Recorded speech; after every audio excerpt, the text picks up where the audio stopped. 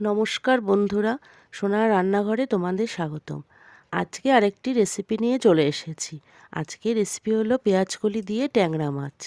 ট্যাংরা মাছ রান্না করার জন্য এখানে 250 গ্রাম ট্যাংরা মাছ ভালো করে ধুয়ে নুন ও হলুদ মাখিয়ে নিয়েছি। এবার মাছগুলো ভালো করে ভেজে নিলাম। এবার তেলে কালো জিরে ও কাঁচা লঙ্কা ফোড়ন দিয়ে পেঁয়াজ কুচি দিয়ে দিলাম।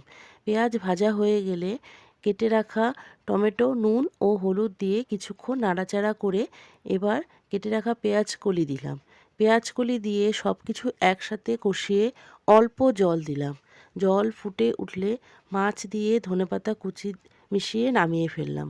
তৈরি হয়ে গেল পেঁয়াজ কলি দিয়ে ট্যাংরা মাছ। আমার এই রেসিপিটি যদি তোমাদের ভালো লাগে তাহলে প্লিজ একটি লাইক ও সাবস্ক্রাইব করে দিও। তোমাদের একটি লাইক ও সাবস্ক্রাইব আমাকে এগিয়ে যেতে অনেক সাহায্য করবে। ধন্যবাদ বন্ধুরা।